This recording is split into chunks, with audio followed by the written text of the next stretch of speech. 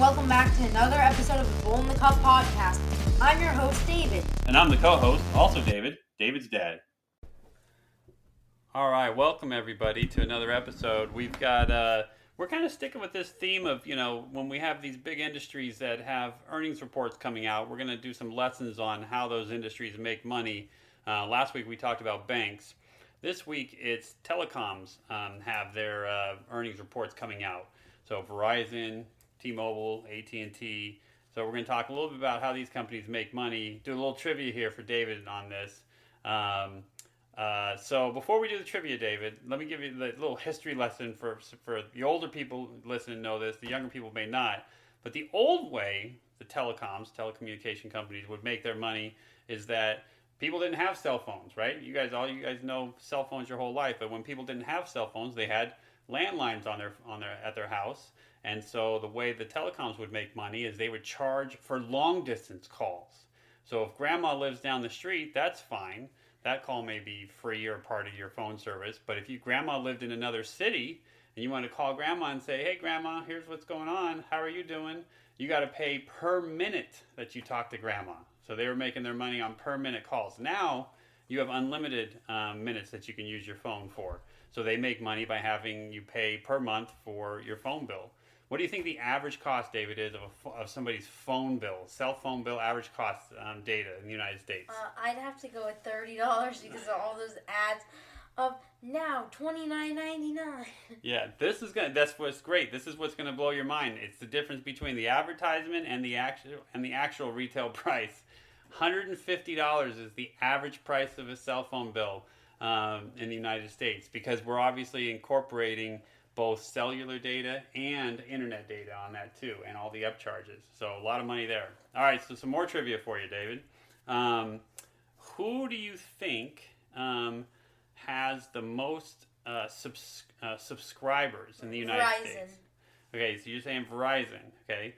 And you are correct. Verizon is first, T-Mobile second, and third is AT&T's third. Right. So now, tough question. So you got the first place part right. There's 350 million people that lives in the United States. So how many customers or subscribers does each of them have? I'd have to go with Verizon 150 million. Mm-hmm. Oh wait, how many again? Yeah. Total. There's 350 million people live in the United States. So, I'm gonna have to go with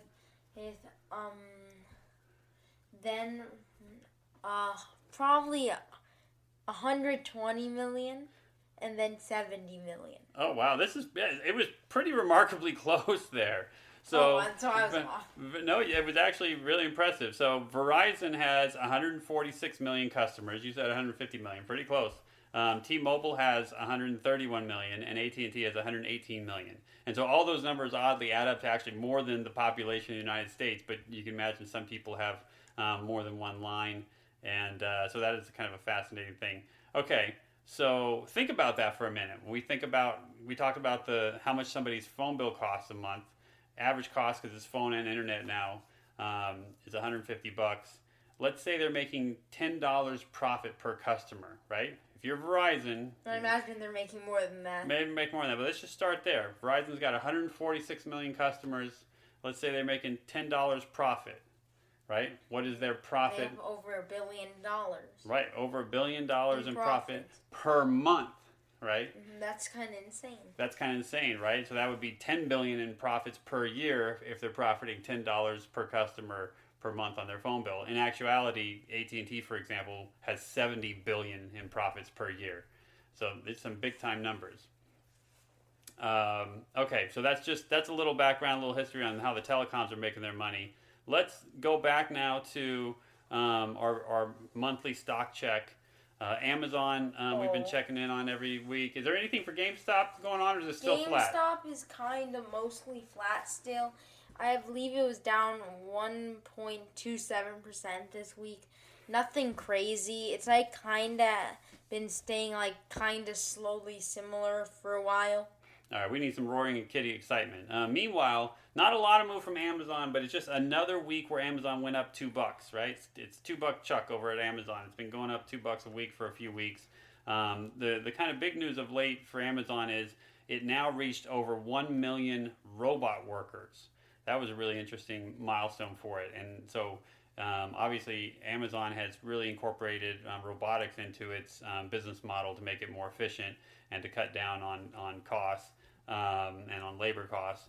It's also incorporating AI to make its robots more efficient. So that's going to be something to watch in the future as Amazon continues to look to uptick its profit margins. Amazon for years has had low single-digit profit margins on its consumer sales business, but is now at 10% profit margin, and it's giving a lot of credit to automation to that. So that's what's going on in the world of Amazon. Let's talk about our game, buddy. How did our bank stocks do last week? Wells Fargo took a bit of a dive. It went down around 4%, and I think a bit more, honestly. And then it kind of shook back up. Not enough, though, so it's still like down around 4%. Oh, it's okay. So I may be the winner this week, even though it's because Bank of America went up one whole dollar from $46 to $47 over the last week. And it had a really good earnings report, which helped. But I would have expected more. But what happens is when these earnings report come out and they're good, we talked about before, it's all about expectations. And so they were expected to have a really good earnings report, and really the stock had already gone up so much this year that it kind of already captured, I think, that increase in expectation of a good earnings report. So good earnings report week for Bank of America. That one did slightly better for me. All right, let's get on to our game of the week. What are you picking? Are you ready? I have an interesting choice. I might let you go first on this one. You're gonna let me go first on this one, okay? I'm gonna be a homer this week. So with the telecoms having their earnings reports coming out, I'm gonna stick with one of the telecoms. Admittedly, I don't have a favorite. I think anybody who's had cell phone companies over the last 20 years has been frustrated at times with their own cell phone company for lack of proper service or for dropped calls. But I'm going to take a look at. I'm going to go with AT&T. They're I pay them every month for service, so I might as well try to get some of that money back and win a game here. So I'm going to go with AT&T this week. I'll probably go with Verizon as I don't know, they have the most people who use Verizon, so that means they're gonna win. Oh, okay. You're going with the leader. Okay. Well, we'll see who has the better. What we'll do next week is we'll say who had the better earnings report, and whose stock moved the most over the next week. So we'll do kind of a dual competition with AT&T and Verizon, head to head with earnings report. No disrespect to T-Mobile. We'll check in with them as well, but they're not the official competitors this week. Well, that was fun. Hope everybody enjoyed learning a few nuggets about the telecom companies and how they make their money. Anything else, David? No, I think that's all. We'll see you next time. Bye.